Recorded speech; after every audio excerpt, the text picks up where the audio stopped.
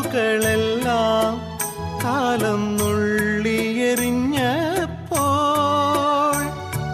ദൂരെ നിന്നും തെന്നൽ ഒരു ശോകനിശ്വാസമായി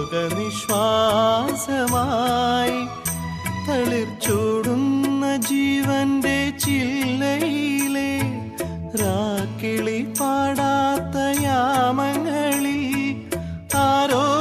വന്നെൻ കാതിൽ ചൊല്ലി തേങ്ങും നിന്റെ മൊഴി താനേ പൂവിട്ട മോഹം മോകം വിതുമ്പും നേരം പാടുന്നു സ്നേഹവേളയിൽ